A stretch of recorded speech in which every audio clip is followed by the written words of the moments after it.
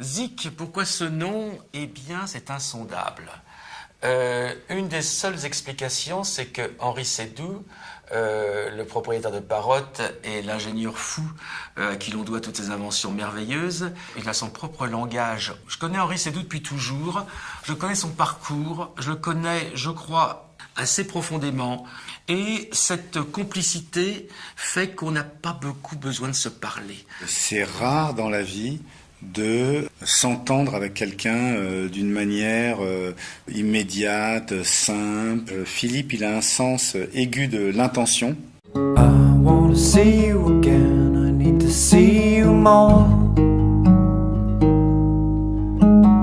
I want to see you again, I want to see you more. Aujourd'hui, les choses que nous faisons chez Parrot sont principalement animées par des idées qui sont des idées de software. Parrot, c'est une entreprise d'ingénieurs qui ont travaillé des années pour justement faire ces spatialisations et donner une ambiance beaucoup plus naturelle à la musique qu'on écoute au casque. Le casque, c'est quasiment un des trucs les plus difficiles qu'on ait imaginé parce que c'est d'une certaine manière l'objet le plus banal. C'est assurément un des produits aujourd'hui, malgré une apparence relativement simple et humble, les plus aboutis dans l'ergonomie intuitive. Il est totalement équilibré pour être un produit presque disparu, comme un prolongement simplement du corps humain et de ses nécessités. La gestuelle est sidérante puisque vous avez simplement, pour le faire fonctionner, à faire fou, fou, fou, fou, comme ça.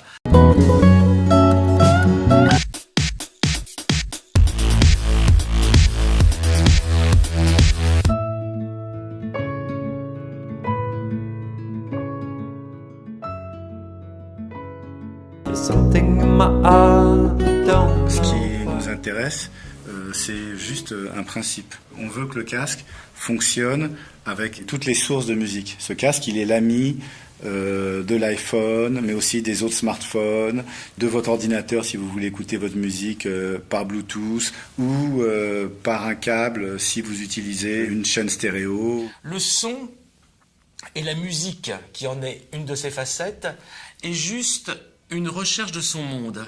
Et plus le son va se rapprocher de vous, plus la musique va vous plaire, plus vous allez y être confortable. Donc en fait, un appareil comme ça, c'est un univers. Et évidemment, moins il aura de boutons, moins il aura de contraintes.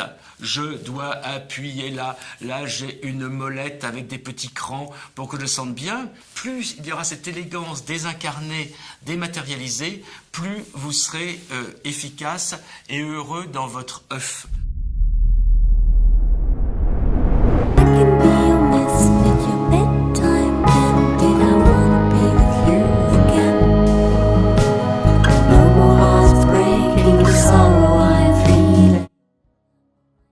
Il a une acoustique très raffinée, en particulier le fait de recentrer la scène musicale devant vous. Dans le casque, il y a une première innovation qui est que il suffit de défleurer le casque pour contrôler la musique.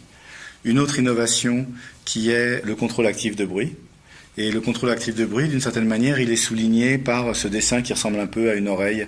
Derrière cette oreille, il y a en fait des microphones qui captent le bruit. Et après, le système électronique va créer de l'anti-bruit. Ensuite, il y a un système très sophistiqué de détection de mouvement de la mâchoire, de manière à suivre exactement ce que vous dites et à vous permettre de téléphoner, même dans des endroits très bruyants. Un jour, j'ai demandé à Henri, finalement, qu'est-ce qu'il a de plus, celui-là? Il m'a dit, il y a simplement tout ce qu'ont les autres.